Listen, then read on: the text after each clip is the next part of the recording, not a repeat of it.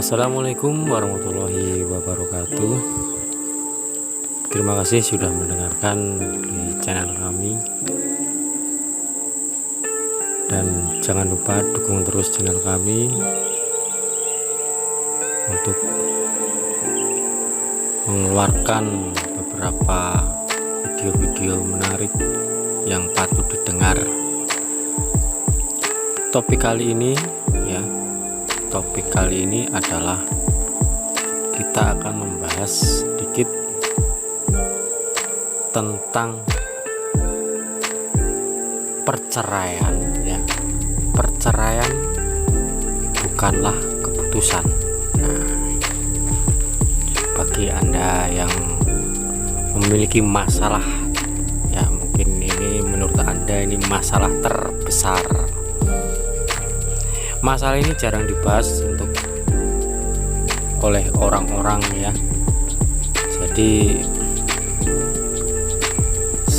kami berusaha untuk membahas yang mungkin nanti bisa diambil segi positifnya ya. Saya nggak akan memberikan saran-saran negatif ya. Jadi ini ada sedikit saran-saran positif ya, gambaran-gambaran untuk Anda sekalian. Nah, perceraian bukanlah keputusan ya.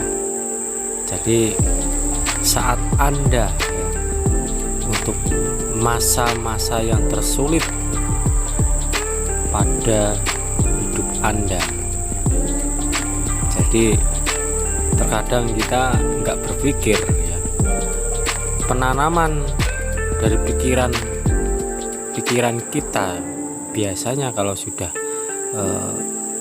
masuk dalam level masalah yang tertinggi ya, jadi itu nanti pikiran kita akan fokus untuk pikiran yang selalu negatif. Nah, di sini nanti akan banyak pembenaran dari pikiran kita ya. Jadi sebenarnya perceraian ini bisa dihindari sebenarnya ya. Jadi karena semua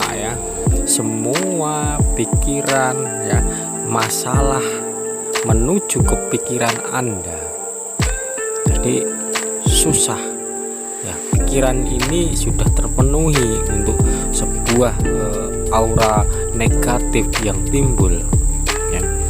Jadi seluruh emosi, penanaman alasan ya, pembenaran, semuanya masuk ke dalam pikiran Anda, dan akhirnya terjadilah sebuah keputusan, yaitu perceraian. Ini kalau Anda terlibat ya, jadi sebenarnya Anda harus bisa mengontrol untuk emosi ini ya. Buat apa ya kita berpikir sejenak untuk kembali ke masa lalu Anda ya. Jadi cobalah untuk berpikir positif ya. Jadi kenalilah diri Anda ya. Kalau memang itu berpisah untuk sementara, itu oke-oke saja sebenarnya. Tapi kebanyakan di sini kalau sudah berpisah, mungkin ada kompor-kompor yang mungkin selalu mempengaruhi pikiran Anda. Sebaiknya Anda harus pandai-pandai berdiam diri. Kalau saat posisi Anda sudah berjauhan antara pasangan posisinya ya, jadi jangan sampai Anda melibatkan orang ke satu, orang ketiga ya. Itu bisa fatal ya. Akhirnya kita tidak bisa memfokuskan. Jadi cobalah Anda berpikir secara hati ke hati. Nah, coba masukkan hati ke hati dengan yang dalam. Jadi masukkan ke hati, jangan coba-coba untuk memenangkan pikiran Anda. Memang susah ya, susah, tapi lama kelamaan kita bisa berpikir apalah untungnya ya. Jadi Anda timbul suatu egois ya, keegoisan masing-masing, pembenaran, dan di situ banyak suatu alasan sebenarnya ya. Kalau kita mampu untuk mengenali diri kita ya, sebenarnya apa sih masalah itu kok bisa terjadi. Oh, aku ini orangnya kayak gini. Oh, saya ini seorang pemalas, ataupun oh, saya ini ya benar-benar merasa pintar ya, merasa diri aku ini merasa sombong. Nah, jadi itulah belajar untuk mengoreksi diri. Nah, dan itu pasangan kalau sudah seperti itu ya, belajar untuk meyakinkan diri sendiri.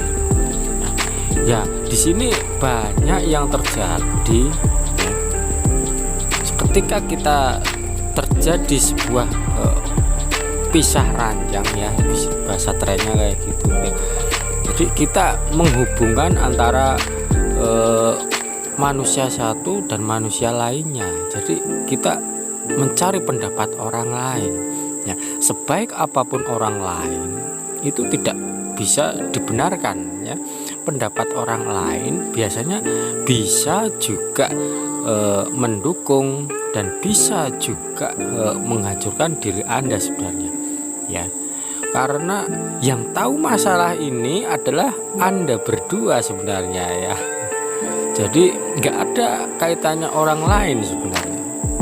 Kalau Anda yakin istri Anda itu baik-baik saja ya, baik-baik saja, memang di situ ada masalah, tapi Anda harus menoleh ke belakang lagi ya.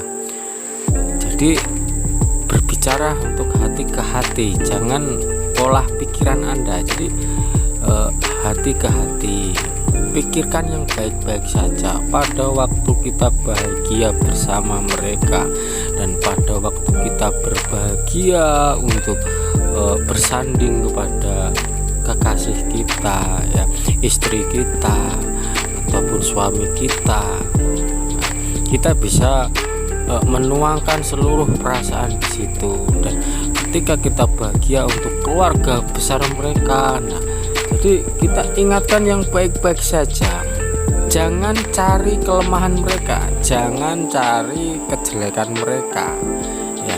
Itu namanya pembenaran. Kita manusia itu ya, jadi punya kesalahan itu lumrah, tapi itu kekurangan mereka ya. Jadikan kekurangan mereka dan cari positifnya aja ya, nggak usah dia yang salah, dia suka selingkuh, dia kayak gini, kelakuannya kayak gini. Itu namanya pembenaran ya, sama-sama aja. Nah, kalau memang alasan itu dibuat masing-masing pasangan, itu nggak jadi selesai itu sebenarnya. Nah, yang terjadi nanti masalah akan mengumpulkan ya.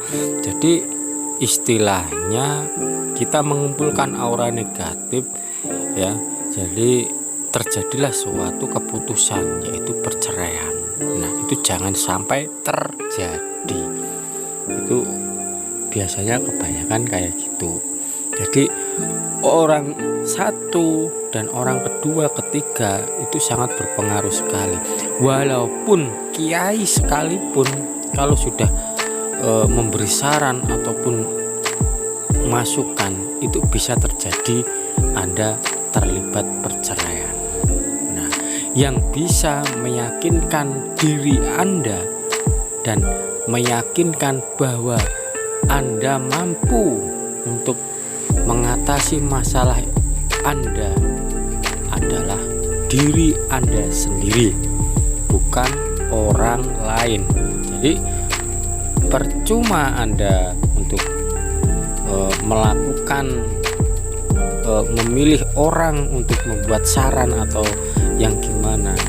Jadi yang tahu baik buruknya pasangan adalah Anda sendiri. Yang tahu masalah Anda adalah Anda sendiri. Jadi berbicaralah dengan hati ke hati. Jadi berusaha untuk mencari kelemahan kita masing-masing. Jadi kekurangan saya itu di mana sih? Nah, saya itu sering apa? Nah, jadi kita nggak ada salahnya kita perbaikan atau berminta maaf. Nah, ketika kita saling memaafkan, disitulah tertanam sebuah kekuatan tersendiri untuk ketika kita mampu untuk saling memaafkan, ya, itu luar biasa. Itu terjadilah suatu gen, ya. Jadi auranya positif terpancar, ya, kebahagiaan terhadap diri Anda. Dan mungkin kalau yang sudah ada anak, ya, atau anaknya itu masih kecil, ya, itu terasa banget itu kebahagiaan itu timbul. Nah, gimana langkah selanjutnya, ya, saat kita sudah berdamai ataupun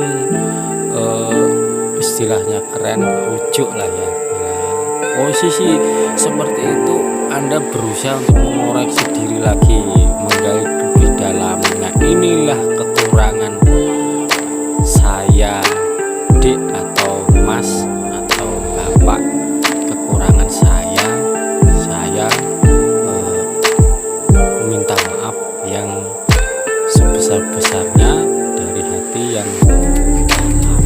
Jadi saling memaafkan itulah kekuatan terbesar kita sebenarnya untuk menjalin hubungan yang harmonis, ya, dan bahagia bersama keluarga. Itu kemungkinan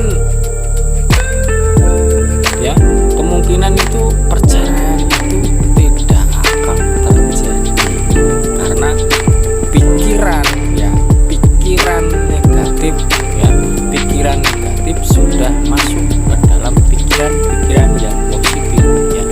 Yang positif kita menggambarkan hal-hal yang baik-baik saja untuk masa depan.